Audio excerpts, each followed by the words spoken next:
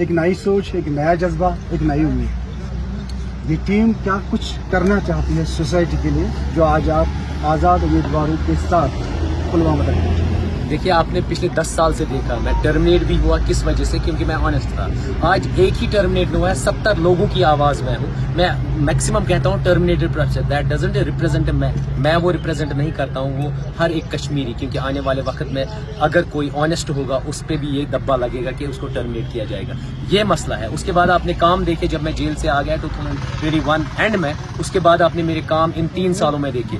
جو بھی ڈونگیز ہیں, جو بھی لینڈ مافیا ہے, جو بھی even D S P fake document پہ لگا ہوا ہے, میں نے اس کو بھی ہائی لائٹ کیا. اب سسٹم میں اگر میرے 2-3 MLA ہوتے تو وہ اس کے خلاف ایکشن کرتے اور سسٹم کو فورس کرتے. اگر کوئی بھی CM ہوتا لیکن MLA 2-3 ہوتے, وہ پریشرائز گورنمنٹ کو کراتے اور ایسے کرپٹڈ لوگوں کو, ایسے ڈونگی لوگوں کو جیلوں کے طرف لے کے جاتے اور سسٹم ہمارا صاف ہوتا. سیاست میں کمزوری ہے یا سماج میں؟ دیکھیے, یہ دونوں چیز ہے. میں یہ نہیں کہوں گا, کیونکہ ایک انڈیویجول ہی سماج بناتا ہے اور سماج میں ہی پھر سیاست بنتی ہے. دونوں پارٹ میں لوپ ہولز ہے. لوپ ہولز ایک فرام کریڈل ٹو گریو سے اگر ہم دیکھیں گے, کرپشن ہی کرپشن ہے. بچہ پیدا ہوتا ہے تو ہم لوگ کیا کرتے ہیں, دائی کو دیتے ہیں چائے.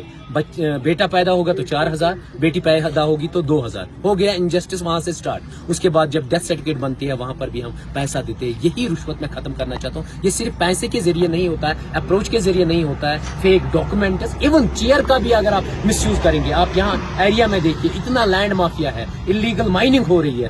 چیئر 1 لاکھ 1.5 لاکھ روپیہ آفیشل کھاتا ہے, سیلری لیتا ہے, لیکن جب ایکشن کا ٹائم آتا ہے تو وہ چپ رہتا ہے, کیونکہ وہ 2000 10,000 20,000 کرپشن کرتا ہے یا اس کو پولیٹیکل پریشر آتا ہے. اسی کی وجہ سے وہ جو پین اس کی رائٹ ڈائریکشن میں چلنا چاہیے وہ نہیں چلتا ہے. اسی کرسی کا ہمیں ایک تقدس ہے, اسی کو ہم چاہتے ہیں کہ وہ آنےسٹ وہ چیئر رہے تاکہ یہاں لوگ جیے اچھے سے. اس سسٹم کو ٹھیک کرنے کے لیے تمام لوگوں کو آگے آنا چاہیے, خاص کر کے یوتھس کو, نوجوان. دیکھیے, ہر ایک انڈیویجول کا رول ہوتا ہے, لیکن آج ماڈرن اس ٹائم میں یوتھ کا مین رول ہے. کیوں؟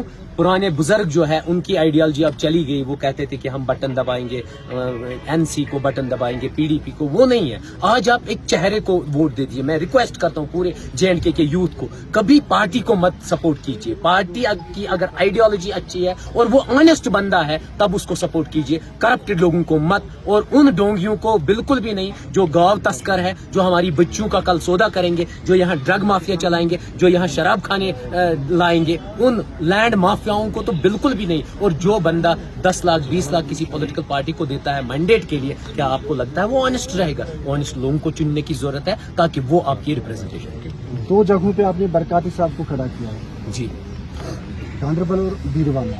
وہاں دونوں جگہوں پہ عمر عبداللہ, کل ان کا بیان آیا کہ مجھے اب کچھ گڑبڑ لگ رہا ہے, نہیں, جو جیلوں میں ہے انہیں کو میرے پیچھے کیوں لگایا جا رہا ہے؟ دیکھیے, یہ ان کی غلط فہمی ہے. بیرو میں وہ خود نہیں ہے, وہ بڑگام میں. گاندربل میں ہم نے اس لیے اٹھایا کیونکہ یہاں سے تو ریجیکٹ ہوا نا فارم. آپ اگر دیکھیں گے 70 ایئرس جو ایبریگیشن آف آرٹیکل ہے, جو 35A ہے, اس کو یہاں مطلب ختم کرنے والے کون ہیں؟ وہی لوگ ہیں جو آج دعویٰ کرتے ہیں. اگر آپ پوری ان کی ہسٹری اٹھائیں گے, جو ہمارے بچے جیلوں میں سڑ رہے ہیں, ہریانہ کے جیل میں ہے, ٹیمپریچر 49 ہے, گجرات کے جیلوں میں ہے, وہ کس کی وجہ سے سڑ رہے ہیں؟ انہی کی مطلب ڈیڈ پالیسیز کی وجہ سے وہ سڑ رہے ہیں. دیٹ از وائی اس سے پہلے ہم نے انجینئر رشید صاحب کو نارتھ سے کھڑا کیا اور وہ وہی رہتے تھے. انفارچونیٹلی یہ بیڈ لک تھا عمر صاحب کا, اس دن وہ وہی سے اٹھے اور ہار گئے. آج بھی ان کا بیڈ لک ہے, وہ گاندربل میں ہے اور گاندربل سے لڑ رہے ہیں. میں بھی اللہ کو اچھا ہی چاہنا ہوگا, اور اللہ کو ہمیشہ, کیونکہ یہ 2 ہی رستہ ہے, ایک غلط رستہ, ایک ٹھیک رستہ. ہم رائٹ ٹریک پہ ہیں.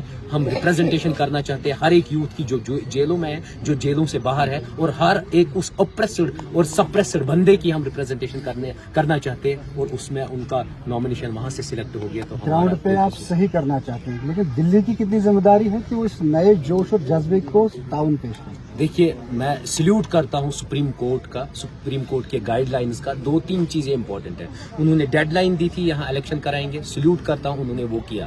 دوسرا, انہوں نے کہا اسٹیٹ ہوڈ انشاءاللہ وہ دیں گے.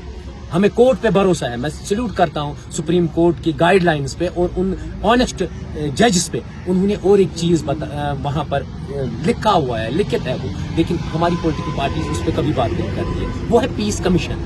3rd پوائنٹ وہاں پر پیس کمیشن ہے. پیس کمیشن میں جو بھی آفیشل انوالو ہے